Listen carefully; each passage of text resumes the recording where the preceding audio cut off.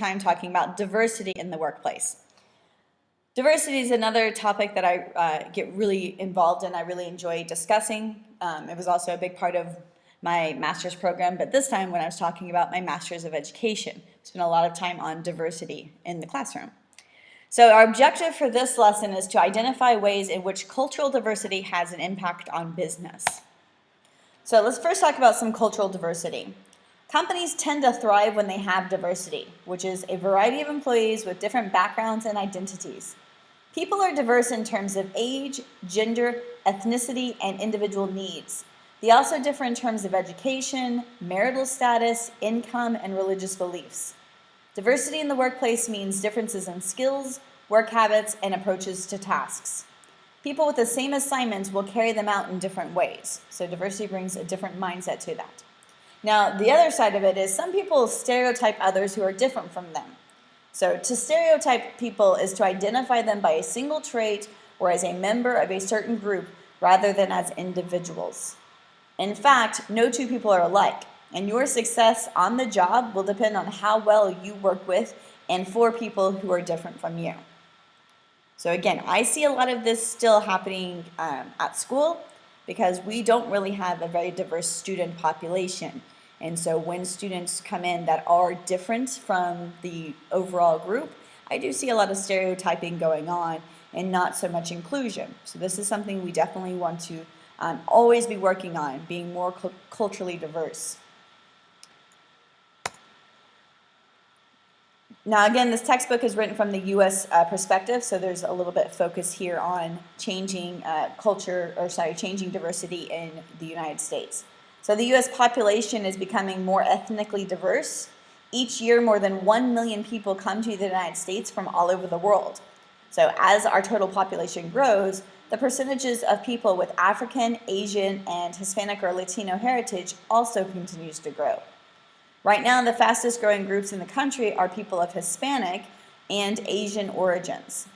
These changes are expected to continue, of course, because we're always changing, and the growth of different cultures greatly impacts businesses. Population is also living longer. We have living well into our 70s, 80s, and 90s. So more workers aged 65 and over are still working past retirement age. They will account for a larger share of the U.S. labor force over the next several years. The growth rate for women in the labor force is expected to rise at a slightly faster rate than for men. And workers aged 25 to 54 are the largest share of the workforce. So young to middle-aged adults are the largest share. And the reason why women are, their growth rate is going faster than men is because more and more women are entering the workforce. The typical traditional role of the woman as the stay-at-home wife and mother and being there just to cook and clean and care for kids, that's changing. Women are going to college, they're getting advanced degrees, they're working for companies, and oftentimes they may be more of the breadwinner in the family than their husbands, where they are making more money. And in fact, one of my really good friends, she works for a top 5 accounting firm called PricewaterhouseCoopers, and she makes a lot of money, like ridiculous. It's really fun when she takes me out to dinner because I go to places I can't afford on my own. But she works, and her husband is the stay-at-home dad, and he works part-time doing, I forget exactly what, like accident reconstruction for CSI type stuff. But he works part-time because he wants to be the primary caregiver for their daughter. And so it's a change of traditional roles, and you see that happening more and more as we continue to progress out of what I call the Dark Ages or the 1950s, depending on your perspective. So changes, of course, in diversity mean you're going to see changes in the workplace and the marketplace. So as the population becomes more diverse, so does the workplace. There are greater numbers of women, Asians, Hispanics, and African Americans in management positions. So these are the people who would be in charge.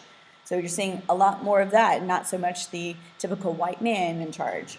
Many workers from various cultures meet people of different ages, ethnic backgrounds, and abilities for the first time when they enter the workplace. So if you come from a place where you were all the same, I don't know if any of you have ever experienced being the only one of your race or your sex or your age in a room.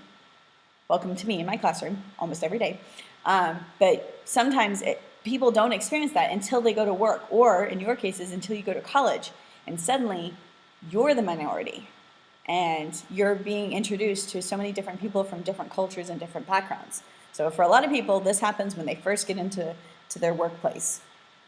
So if you have changes in your population, you have changes in your workplace, of course you're going to have changes in the marketplace. A more diverse population also means a more diverse marketplace. With more jobs, women and ethnic groups have more spending power and a larger share of the market. So companies now target several market segments. For example, many companies run ads in both English and Spanish and tailor them to different ethnic groups. The 76 million babies that were born in the United States between 1946 and 1964, this would be my parents, they're called the baby boom generation. Many members of this generation are reaching retirement age, so they're getting up there into their 60s and 70s now, and so they're developing some special needs as they retire. Okay, so how can we manage this as human resource managers?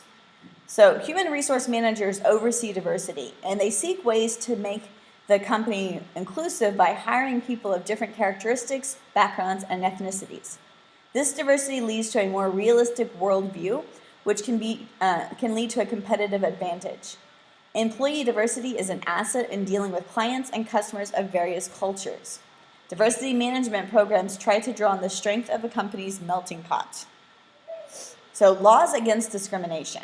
Discrimination is unfair treatment of a person or a group, usually because of prejudiced attitudes about race, ethnicity, age, religion, or gender, or sexual orientation.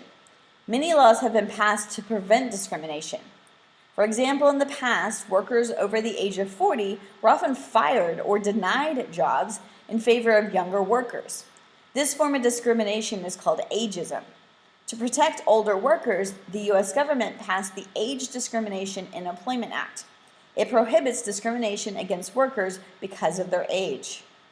The Equal Employment Opportunity Act was passed to strengthen laws that protect workers from discrimination based on race, ethnicity, religion, or gender.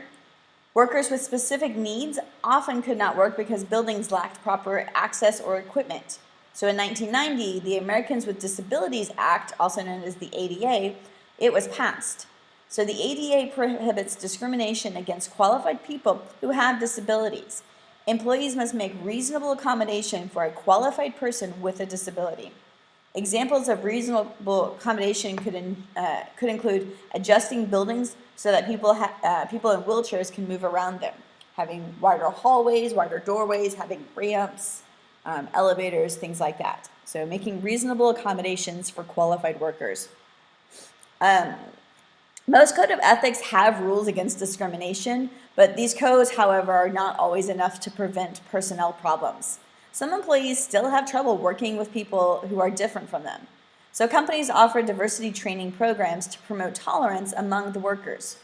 Diversity training breaks down stereotypes. Managers must avoid stereotyping. They must create a workplace in which prejudice is not tolerated at all, and diversity is welcomed and respected.